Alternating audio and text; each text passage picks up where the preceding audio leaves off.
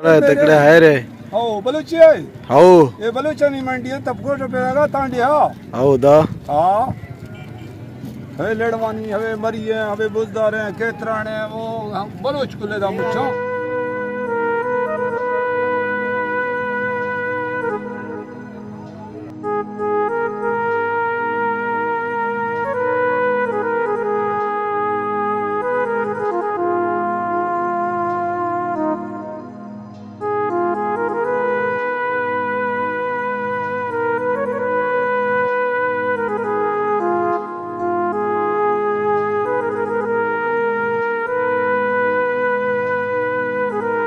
अस्सलामुअलैकुम दोस्तों, जेरी सखी सरवर दी विसाखी जेको आख्या वेंदा उठे दी मंडी ओ ही टाइम लग चुकी है। सरवर दे विच काफ़ी तादाद दे विच उठ भी हैं और इत्थां तो मैं घेन जुलदा जेड़े उठ वेचण आए दिन या घिनण आए दिन उठे दे रेट दे बारे भी तोरे नाल। तेरे दा ठीक हो, खुश हो, फिट हो?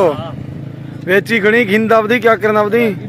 गफार बुगलानी क्या हाल है? ठीक हो, खरिया दा, खुश हो, फिट हो? मन खैर अल्हम्दुलिल्लाह। वेचे नहीं किते नहीं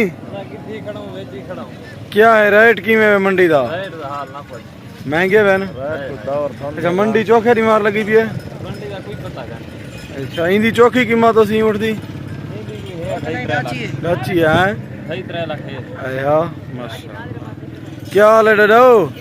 ठीक ही तकड़ा ही करीम भाई, तकड़ा ही खुशी दा दे हाल। मंडी किवें लगदी पई विसाखी?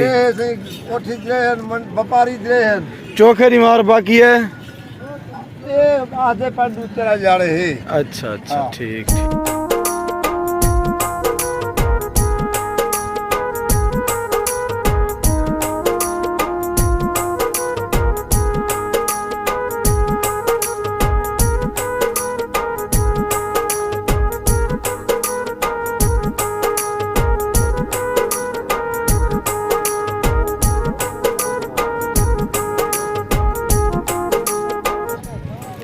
खैर मरका खुश हो, तकड़े हो दो?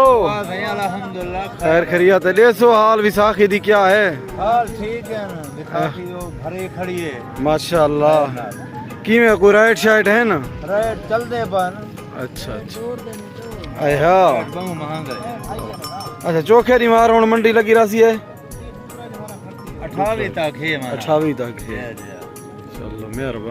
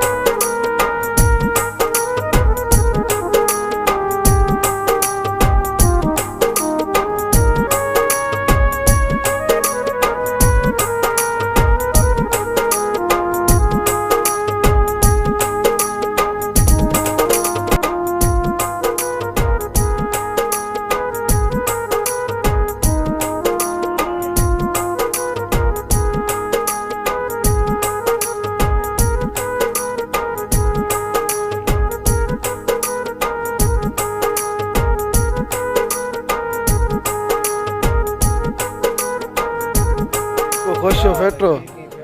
खैर अल्हम्दुलिल्लाह। अच्छा ठीक हो, फिट हो? मन है खैर है। देसो मंडी दा हाल किवें सुर? राइट शाइट है ना? माशाल्लाह। कितों आए बता तुसा? आया चलो हुन गिद्धी बदो वेची बदो।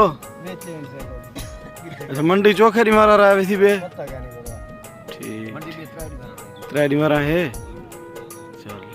तो हर किस्म दे ओठ है बदन ये सारे ओठ चिट्टे खड़न ते हिके मालिक दन तकरीबन सारे सफेद ओठन बहुत खूबसूरत लगदे पर मेरे को तो चंगे लगदे।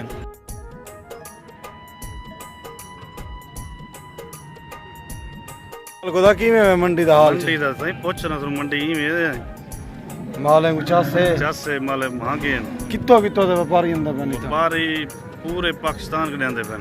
पूरे पाकिस्तान के माशाल्लाह। तू कोई आंदी वदी मार शा? या मैं आंदी खड़ा सही। वेची वदी किथी वदी? वेची वदा किथी वदा। अच्छा अच्छा ये पीछे खड़ा नहीं सामने उठ माशाल्लाह। ये तेरे न? हां वो इने चिट्टे ना राइट ज्यादा होंदे या ओबे रंग वाले ना? ज्यादा होंगे। अच्छा चिट्टे ना की लोग शौकीन ज्यादा हैं। ये नारे मादी है चोखा इना कीमत ला गए हुन अच्छा 160 ही ना ला चुके माशाल्लाह तुसा चोखे मंगदे खड़ो चलो अल्लाह मालिक ते बहुत काफ़ी तादाद दे विच उठ हैं तां ये जरा चिट्टा उठ है ना ये खूबसूरत सोहना उठ है मेरे को भी पसंद है ते जवान आदे इन्हें चिट्टे जरे सफेद उठ हैं इन्हें दा रेट जरा महंगा होंदे कितना आखियन तुसा मामा अच्छा जवान कितना मंगदा पा जवान मंगदा 4000 ये पलहान दा तुसा कितना आखे असा कुछ नहीं आखी अच्छा अच्छा ठाए पोरू ही जवान